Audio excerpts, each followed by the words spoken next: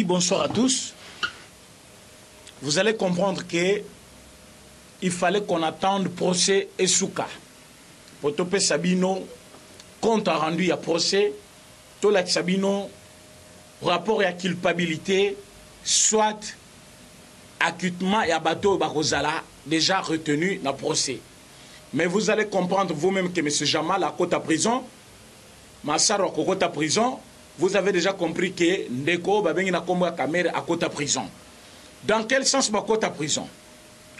Nous allons vous dire une chose. Bolanda qui procès il y a le début. Bolanda procès il y a le 25. Bolanda qui procès il y a lobby le 3. Bolanda sous procès il y a le lot. Je vous épargne beaucoup de détails parce que tous aboutou makasi awa, mais il faut vous comprendre que tous 8 soins, il y a collègue na antenne nabino, il y a nani Lokito Congo et nani Sangwa Congo pour vous comprendre ma camboyo. Félix Fumu, je pense que l'alité Félix Fumu ozali kolanda émission landa yango na yebiki na bato basali mingi pona makambo ya Congo lelo efanda Félix Fumu azana kati mutu moko ta ko douter yango parce que azali ko sala pour que politique ya Congo ezala intacte.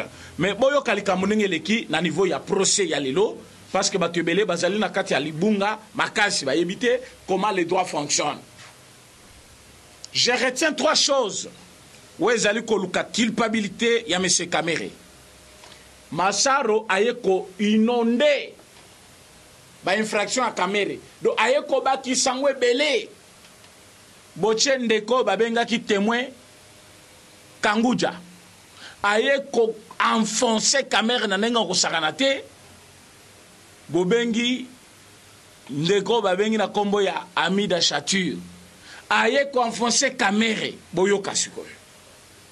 Culpabilité à Kamere.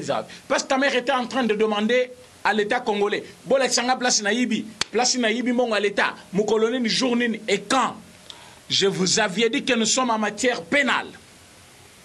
En matière pénale, l'infraction de détournement des deniers publics, c'est une infraction intellectuelle. L'infraction intellectuelle, pour Oye Bayango, il faut des procédures officielles pourvues par les droits. Au coquille jamais kokende ngulu ngulu au kangi mutu eko simbate parce que Moïbe azali koyiba azo effacer trace azo yiba azo effacer trace et il peut vous embourber pendant une année na procès mon corps. Mais comme droit ils a toujours fort et que na kana mutu malembe jusqu'au bout yango moni ba procès nyonso bozo mona oyo bazali kolukande bayebisa batu comment Kamere est coupable ole bayebisa bino ke ayibaki esukiwana selon le droit. On peut vous dire aujourd'hui que Kamere a à prison. Libéla. 20 ans ou 5 ans ou 15 ans. Mais pour vous le dire bien, il faut pas la Sabino Malembe Tiboko Koma. Vous avez entendu. Mais c'est Kamere dur na procès à Liboso a ebi M. Jamalte. Akutana na yede. Témoin ya lelo Pierre Kanguja. Alobi akutaki M. Jamal na bureau. Ya Kamere azozele na salon, na salle d'attente. Eria Koti, comme Azaki reçu en premier, a Beteli Kamere Masolo ya Jamal. Réponse à Kamere Zakinin. Mais M. Kangoudi avait demandé, je suis ministre du budget. Jamal n'a jamais été reçu dans mon bureau. Mais directement, on a coûté la présidence. M. Kamere a lobby naïe. Pourtant, Jamal a convaincu le chef de l'État. M. Kamere prend le chef de l'État comme parapluie. Parce que tant qu'on a recité le chef de l'État, Baji Bakobanga,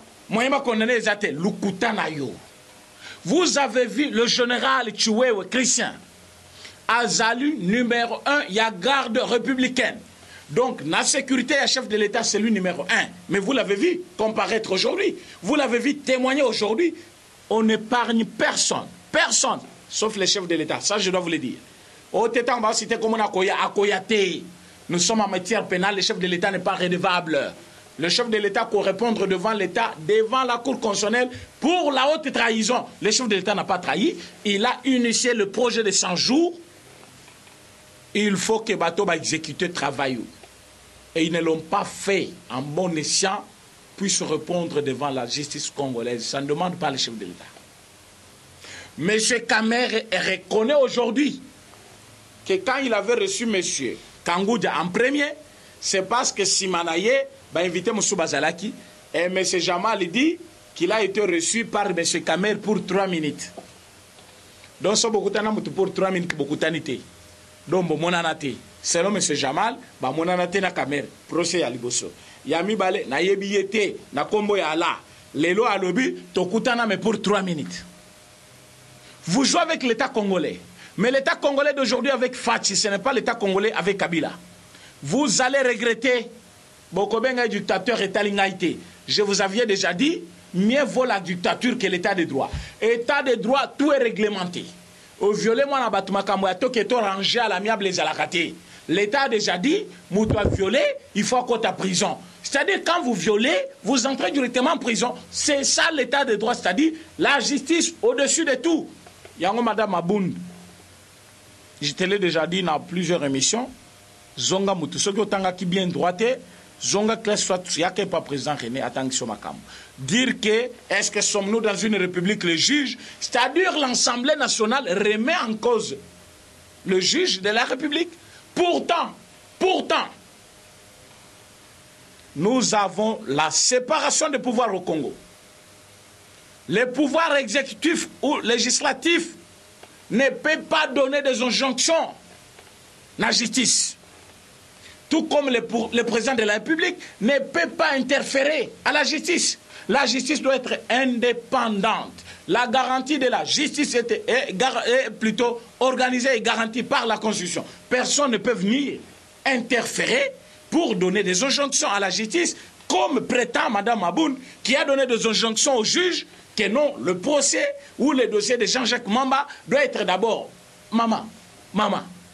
Il faut aux comprendre que nous sommes dans notre pays tous, nous avons les droits, nous avons les mêmes devoirs et nous pouvons tous agir et jouir de nos droits.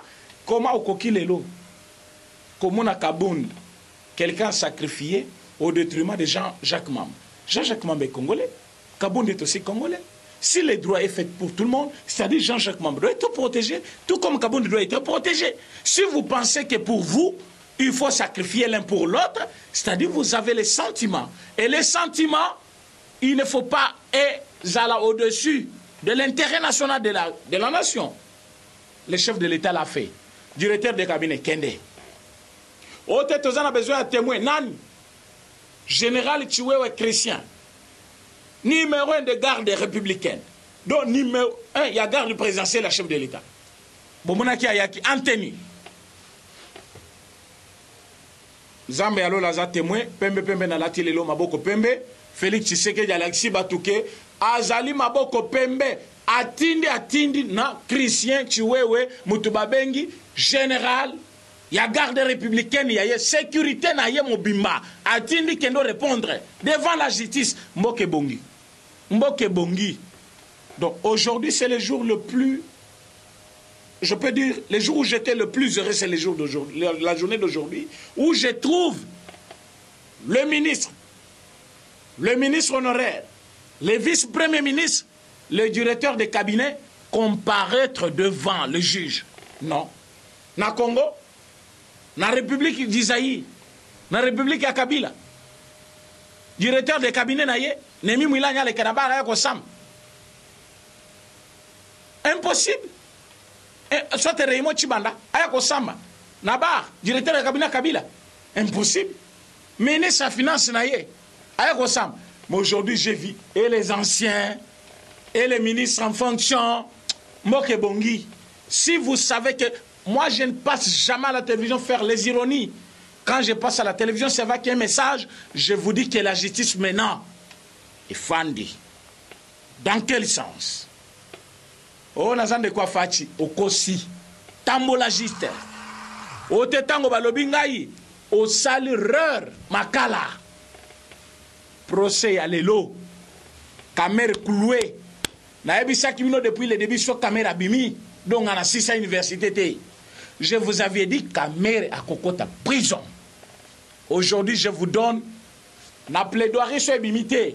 Bolo ba que présent René Okosabiso. Na plaidoirie à caméra. Makambo nazolo balelo ekobima boyoka yoko ya boso na marché à Pesaki de gré à gré. Il a trafiqué ce marché contre un don dont Yaliboso parcelle octroyée à mademoiselle Soraya. Andimi yango to andimité. Naebisa kibino depuis lobby que le monsieur qu'on appelle Kanyemesha, c'est un nom louba, ce monsieur Azali divisionnaire na ministère ya affaires foncières. Yende asomba kamapangu tu ya kamere mikana nyonso utaka na kombo ya monsieur Kanyemesha. Pour votre connaissance, ministère public et partie civile ou les avocats de la République, base bakutana kina monsieur Kanyemesha, batuniye ba question nyonso. Et j'ai un ami aux États-Unis d'Amérique, a komela ki nga na téléphone nanga message ezali. A lobby ke bazaki engagé le même jour, na même arrêté ministériel, na monsieur Kanyemesha. Na katia nani ministère des Affaires foncières. Tango ya zui occasion à kende États-Unis, Kanyemesha tikali. Tant Kanyemesha tikali, caméra responsabilisée. Makambutu est tellement pangu na ye muta salak. Or, dossier à caméra est bandit depuis 2019. J'ai crié nazo toka partout nazo lo banabino. Caméra ke kuna offrir 15 ngombe. Ngombe on appelle ça qui en onani. Moi na James Kabarebe azobala. James Kabarebe moko yaba nani ya défense auto yebe awa. Comment bako zwa armée mobimba. Chef d'état-major terrestre et armé, yende mouton dirige armé. Mais Bopé Sango un rebelle, un Rwandais. Et ce monsieur-là, aujourd'hui, Azé Panabango, ministre de la Défense. Moi, Nana Zobala, caméra qui a pèse 15 ngombe. Alungwe qu'on avec un poison. Malamo quoi le qui? Na niveau ya Mwanda. J'avais dit Kota Kei à Keboa Salamabe. Les mêmes jours, j'avais crié. Est-ce que caméra Salaka 24 heures à Mwanda? Chef de l'État, le barrière, ils ont là. Merci, chef de l'État, parce que même ceux qui sont autour de toi, Bamsou Bazo Koufa, mais vous allez bien entourer parce que vous avez en avance. Et ces caméras avaient un profit. Il a composé le chef de l'État depuis Mwanda. Et puis nous avons dénoncé ça dans l'imité. Nabutu na utu aussi ça. Rassemblement parlement debout. Na kiti na mesa na bandi kopé c'est la télévision na lobby présence à caméra na Mwanda ils allaient inquiéter ngai pourquoi outi directement Rwanda l'équipe Mwanda qui chasse ça là il ne peut pas faire na chasse. Est-ce que le place du chef de l'État il fait ça? Il faut directeur de cabinet ça là. Il y a un profit. 24 heures les gars qui n'ont noté, boyoka qui sont. Azaki na posa ça la mabe kuna chef de l'État le bizonga qui chasse ça. Voyage yo zaki na katite. Yo kenda ki Rwanda, olandinga wa nengini. Vous êtes des témoins, vous avez vu ça, et j'avais parlé de ça. C'est depuis 2019 que j'ai dit caméra a détourné Mongo à l'État. Azo iba Mongo à l'État. Voilà tant que chef de l'État a programmé Kaka à quitter sur le terrain, à aligner Kaka à accompagner. Pour avoir une explication à l'Ukuta. Chef de l'État peut Azo zélé au tournoi. À l'Obi ça va. Tant que chef de l'État a lancé travaux de 100 jours, à l'Obaki, vous le peuple congolais, je vous explique ces programmes. Pour que vous puissiez en faire une suivi. Et puis, si vous avez suivi, tant que Monique Mongo Zobunga, tant que Monique Misala so de Mouton Ezosilade, tant que Monique érection Yabanda ou Yaba policier Ezosilade, nous avons compris qu'il y avait un détournement. Et aujourd'hui, les ministères publics et la partie civile, Balaxi Bissoke, il y a eu des détournements. Et des détournements à quel niveau? Nous avons une plaidoirie, Biloko et Kobima. Et là, il y a Liboso, Ndako appelle qui mademoiselle Soraya. Boyoki binomoko contradiction. Mutu apesi ndako kombo na yenani Jamal. Jamal a lobby ezaki ndako ya côté kate ezaki donation. C'est un don. Comme ezali don. Mutu nyonso kopé sa marché public contre un don. Azali punissable par la loi congolaise, selon la loi. Mais mutu akendaki ko sala commission ya ndako kombo na ye Masaro Daniel.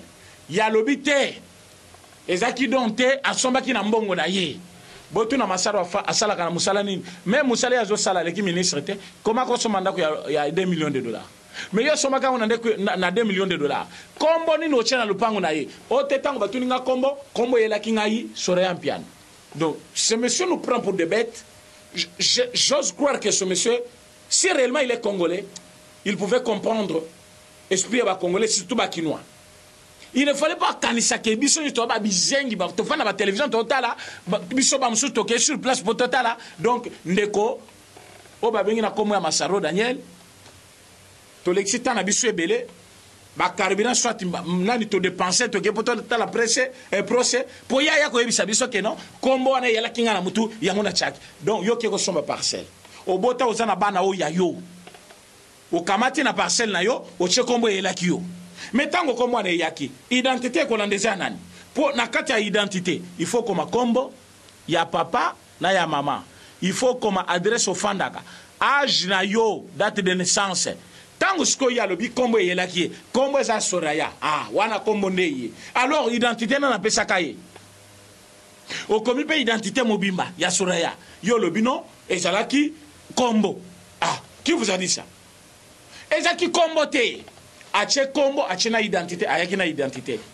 conservateur a lobi tout droit conservateur a lobi muto ayaka na kombo ne yaka soit na procuration soit na pièce d'identité ya mutu il faut to salela session mais tant ba sali session ba moni ke Soraya mpiana azalaka te mais muto yaka na ba document nani Daniel Massaro vous avez entendu la procès à le 25 tango bazo tuna monsieur Daniel Jamal est-ce que yebi Soraya mpiana alobi na yebi te na yebi ka Daniel est-ce que question ça qui posé pour aloba na yebi o te na yebi okuna pourquoi c'était comme Daniel il connaît que c'est par le canal de Daniel que quand Antoine Lekaki, il faut Daniel aya ko témoigner. Maintenant, chose grave. Bakangaki caméra avant Massaro abandi ko kima Daniel. Tamba ke ko kangaye bazui tanya ko kutana te ko fanda te. Boyoka contradiction. Jamal Mukolonda ko lobi ezali don. Daniel alobi asomba ki na mbongo naye. Na Congo Kinshasa, osombi lupango epa mutu abakisho mususu. Lupango eza 2 hectares. Mutotekelio hectare moko abakisho mususu. Dans quel pays? Ici na Kinshasa? Dans quelle ville? Kinshasa? Mutazali komi benga commerçant yakala. Jamal. Hein? Opérateur économique. J'ai l'âge de 80 ans et je peux mourir ici. Après ça lupango na ye. Osomi lupango atekelio moko abakisho moko. C'est du mensonge. Monsieur Obabengi na Komboya. Daniel Massaro, il faisait l'office de l'itinérant de M. Kamere. C'est lui qui recevait, invité, il y a Kamere. C'est lui qui faisait tout comme commission. Et Moussala na Izalaki, ce qui commission Izali a vu. Ce qui problème Izali a quoi s'y mettre, Kamere ne a dû intervenir. Il y a un moment même dans la vidéo, Bazali trop attaché comme jamais. Il y a une infraction, il y a liboso don wana et quand il y a déjà Kamere catch. Parce que Soraya, a lobby a yebe le côté na makamunyo swana. Mendeko Kamere boyoka ki na dossier à lobby. Comment il a importuné le chef de l'État? Kamere a importuné le chef de l'État. Donald Trump a tweetak. Twitter zanin, réseaux sociaux. François Hollande, Macron ba tweetak. Twitter zanin, réseaux sociaux. Yazali kolobanin. Ngai na prenaki ke ba pesi Soraya mpiana lupangu na réseaux sociaux. Et quand je vis ça, j'ai imprimé une copie avec le chef de l'État. Mon salaire est directeur de cabinet. Et tant que le chef de l'État, au chef de l'État, lobby, d'ailleurs, comme comment serait à Mabé. Ça, c'est importuner le chef de l'État. C'est importuner le chef de l'État. Oh, parce qu'il est professionnel des réseaux sociaux. Comme pour dire que le chef de l'État, Aza Moussala Salakate, attend la caca des réseaux sociaux. Mais oui, dans les réseaux sociaux, il n'y a pas que du mal. Dans les réseaux sociaux, il y a YouTube. Dans les réseaux sociaux, Twitter. Dans les réseaux sociaux, on peut contrôler l'actualité du pays par les réseaux sociaux. Selon M. Kamere, chef de l'État professionnel, il y a des réseaux sociaux. Quelle blague contre le chef de l'État. Vous voyez quand on vous dit que ces gens, ils sont malhonnêtes. Après, non. La politique, mais il se joue des chefs de l'État. Après, non. J'étais directeur du cabinet du chef de l'État, sur l'instrument du chef de l'État. Ce monsieur, c'est un menteur. Kamere, c'est un menteur. Prison, il faisait la prison, il y a Moulaï. Et regardez ce qu'il fait aujourd'hui. Tant que moi, ça y est, donc il peut mourir pour la femme. Il peut mourir. Qui n'a jamais aimé sa femme? Nous tous, on aime des femmes. On doit aimer la femme qu'on a aimée et qu'on a mariée. Mais cela ne nous donne pas l'esprit. Il y a cause à la cupide jusqu'à niveau que, ça va convoquer, je peux mettre les faits. Juge à Koufien, je dis bien, on doit ériger un monument pour le juge Raphaël. Monument.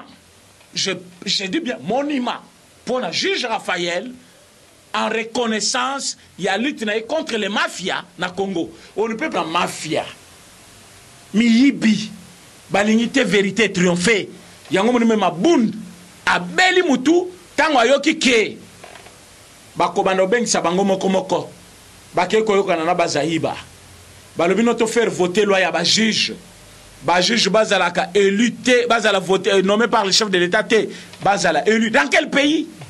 Les juges sont les fonctionnaires de l'État.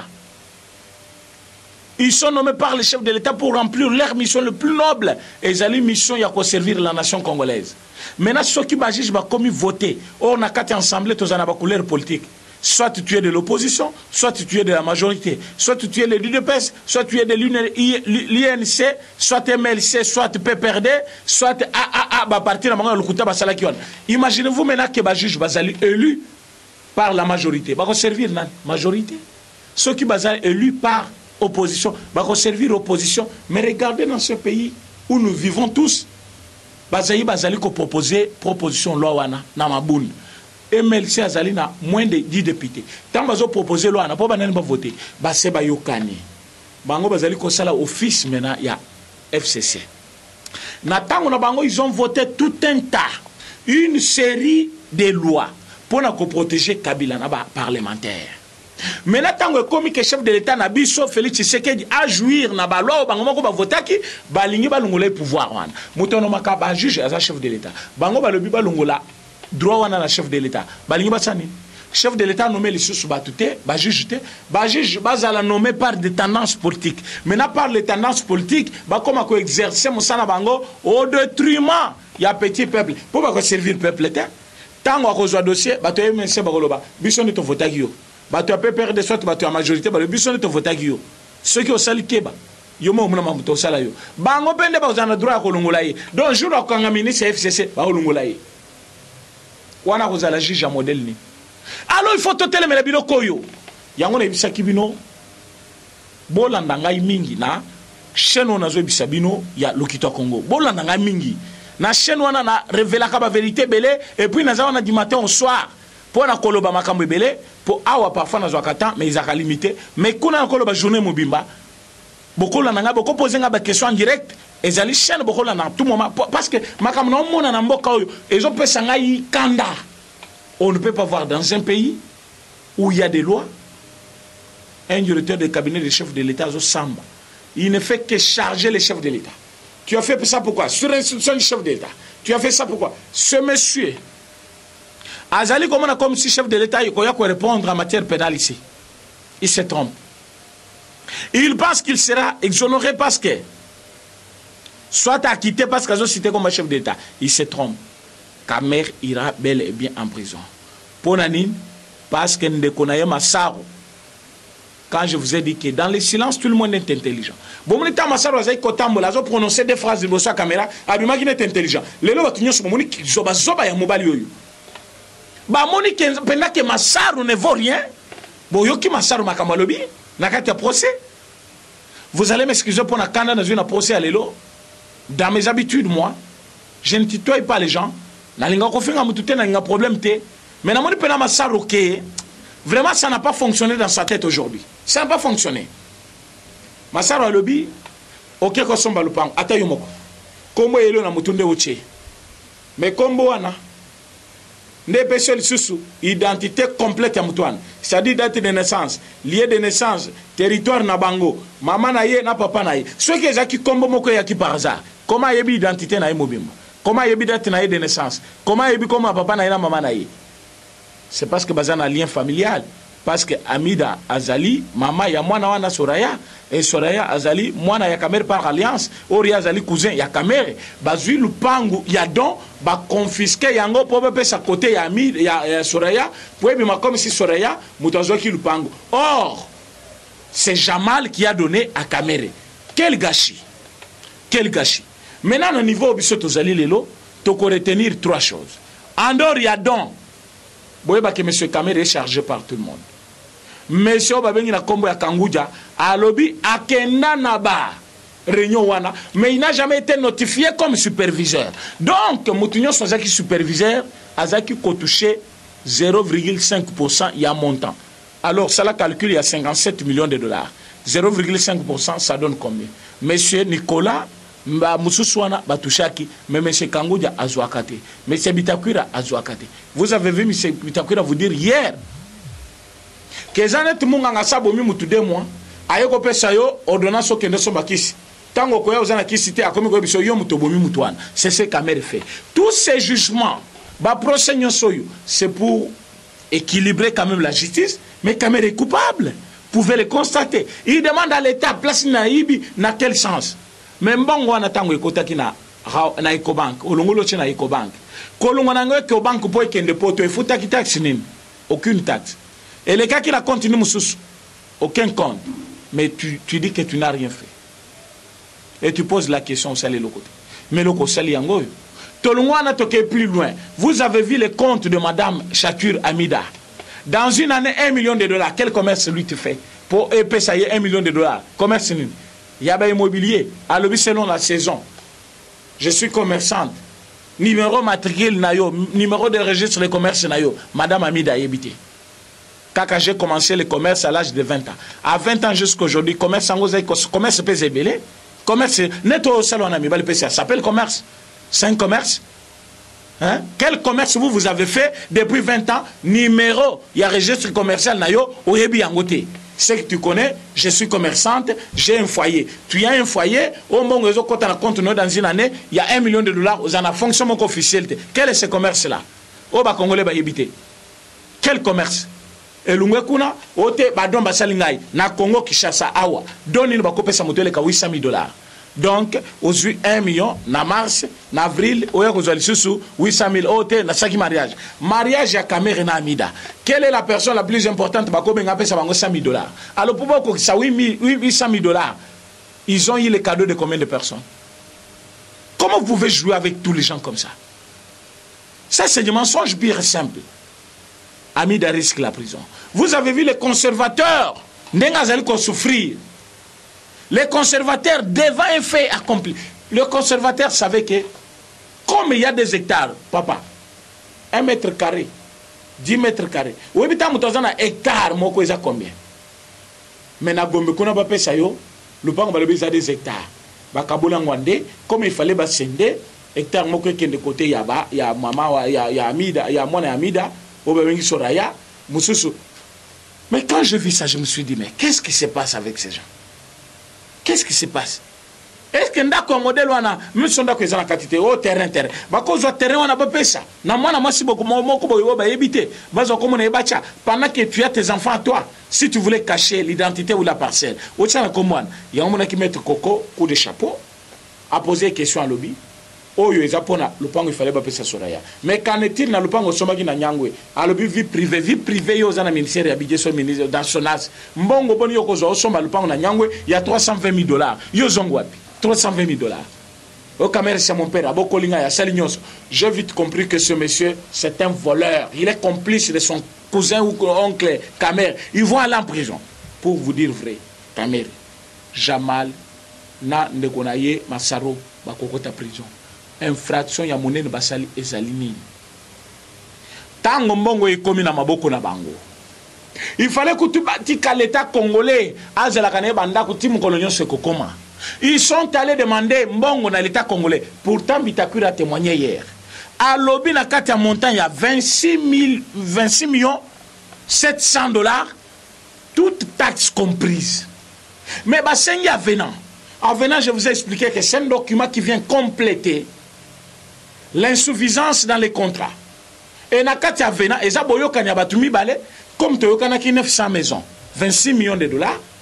Comme 1500 dollars, tobakisa autant bayokani. Mbayeli Bitakwira avena déjà signé. Bitakwira lobby mais c'est non objectif, il y a non objection parce que contrat nani avena besoin il a signé. Mais par quel moyen? Dans quelle stratégie vous avez eu 900 maisons, 26 millions? Maintenant, 1500 maisons, directement avec 57 millions. Vous avez calculé par quoi? Vous avez entendu Kamer vous dire non? On est changé qui va pris parce que catégorie est différente. Au lieu de 5 000 dollars, automatique à 19 000 dollars. 2500 et puis même si vous prenez 5000 fois 1500 maisons, et puis ça bien bon. Monsieur Kamere asali réseau dio na ye yango mona ki lelo tango ye aye na chapele atiki tolo polele tango pe masaro aye atiki tolo polele chapele. Vous voulez impressionner quoi? Chapele zali instrument catholique azali ko utiliser par rapport à la prière na ye ezali instrument ya ba voleur te ezali instrument ya ba criminel te économique ezali instrument te ya mutu moko boye olunga na ndako na yo ye obandi koyiba nengo lingi après oyo ko cha chapele pour catholique soutenir yo au kanisa ki pas parler soutenir yo.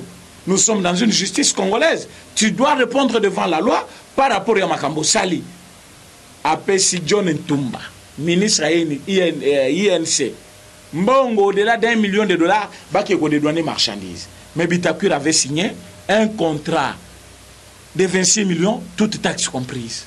Mais quand nous allons plus loin, nous trouvons que cet avenant n'a pas été signé. Comme l'avenant n'a pas été signé, mbongo nyon se bimi 57 millions de dollars contre il y a l'État et zala ki mbongo moko illégal.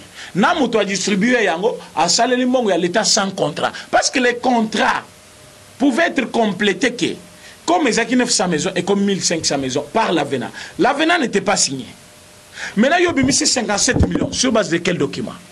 Ou sur l'instruction du directeur des cabinets. Mais ce directeur des cabinets, il a embourbé tout le monde.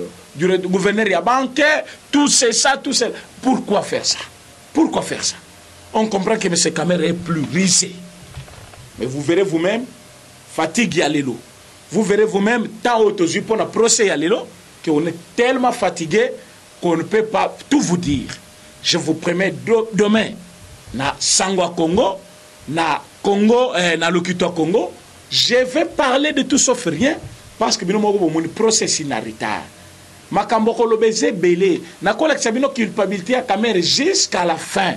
Comment bako kangaye, comment de commencer à kokota, comment nani Jamal a kokota prison. Je vous dis, il y a eu des contradictions. Il cherche à parler beaucoup, il se trompe lui-même. Même ba maître avocat na yebaza dessus. Bazou Moussala Makasité ya Koloba. Parce qu'il y a prétendre connaître, pourtant il ne fait que s'enfoncer. Kamere ne fait que s'enfoncer. Culpabilité na ye, na plaidoirie et kozwa 3 minutes. Bakoye bisaye qui a détourné mbongo ya l'État. Par quel canal? Azwa qui d'abord mbongo avant que ça marche. Et loko ya mibale mbongo anatango ekoti efuti taxe ya l'État teke mbala moko poto.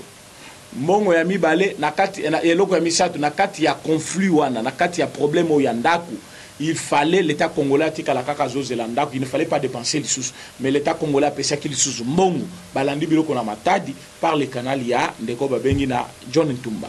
Et ceux qui ont été tango bandako ye abandi ko sala pression faut bala ça comme si bazo sala pourtant bazaki déjà na banyongo biloko na le comité de moni kacho ekangi na kingo. Mais si nous voulons réellement que classe politique ya ba médiocre et kende, si vous voulez vraiment que Kabila o akende tout kalana possibilité à cause la politique entre nous dans de bonnes et de formes, c'est ce que je vous ai demandé. Boluka moyen ndeko oyo ya Kabila ba député toi take bango. La pétition au président René que vous voyez devant vous a initié. J'ai dit que Kabila doit partir. Il faut pas Kangaïba Sambisaye. Tous les députés, il faut pas la redevable devant la justice selon le fait. Exactement ceux qui ont sali Mabé, non, il faut pas nous immunité. J'ai demandé, jusque-là, il n'y a que 15 personnes qui ont contribué. Merci à Batonyon Soba Sali, réellement effort. Il y a contribué à Mouké Nabango, Zambe Apambola Bino, Amona Bino. Oyo bo sali pour na Congo ezali minene parce que Nzamba a réservé pour Nabino quelque chose de plus meilleur que ça par rapport à dévouement Nabino, volonté par rapport à Mboka. Tous a besoin de nyonso. Ozali na $30, $100, $50, $1000, $50. Nyonso moni ke koko contribuer nango pour que bisoto comme ça au bout, c'est bien de le faire. Ce n'est pas qu'on va lier on va manger votre argent. Soit on va lier notre pétition à notre vie privée. Non. Nous travaillons. Nous avons un peu de moyens autrement. Mais il y a pas poche au service de la nation. Nous avons mis notre vie en nous en danger d'abord pour la nation. Il faut que moyen que tout ça et où taper côté vraiment mbela na biso ezaki. Bosunga pétition. Députés à la redevable. Ndeko Kabila oyo bato ba rebele ba lobi nga ko benga lisunde côté. A touché Mbongo $670 000. Et Zambongo Belé, est-ce qu'il a bien géré le pays? Non, il n'a pas bien géré.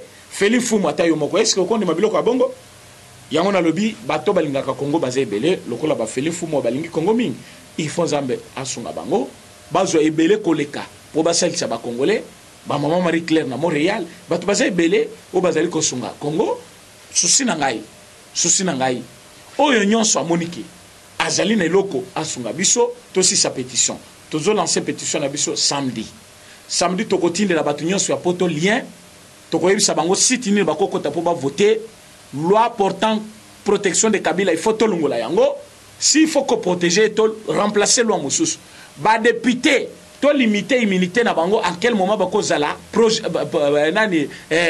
protéger ezate osanyo sokosala parce que vous avez député basambisa yote au fin ndenge molera komi osala télévision na ye amoni chef de l'état komi camarade na ye alo banyo sokolo ba problème ezate parce que chef de l'état akokanga été parce que ça député non article 107 et puis si bino droit ya kozala protéger na assemblée et non en dehors nyo sokosala kokanga mapona yango na sengi bino merci ebele parce que bolanda kabiso parce que bosunga kabiso parce que bozali wana pona ko kanisa makamomboka na bino même son moyen ezalité tozali kopesa bino merci parce que bolinga kabiso déjà alors nzamba sunga bino bozo ebele bosunga musala obiso tozo sala mais je vous dis soki bino bopesi moyen te na ko souffrir lokola ntambo mwamba te soki bolingi Kabila afuta mate mbongo wana so bolingi Kabila alungwa so bolingi ba député basambisama so bolingi majorité o ekweya to voter pétition mais pour ça la pétition natinda kuna bino bo voter na internet mais batuya wape o bazola na ngai bayoki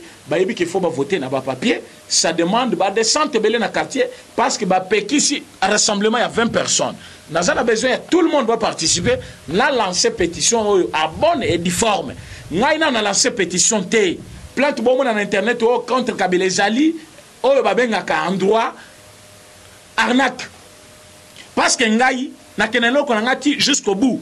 Quand j'ai lancé pétition contre Tambo Mamba, Bomonaki na kendaki tina katia cour de cassation na déposé. Oyope na kokende nango partout, na cour constitutionnelle, na cour de cassation, partout na ko déposé.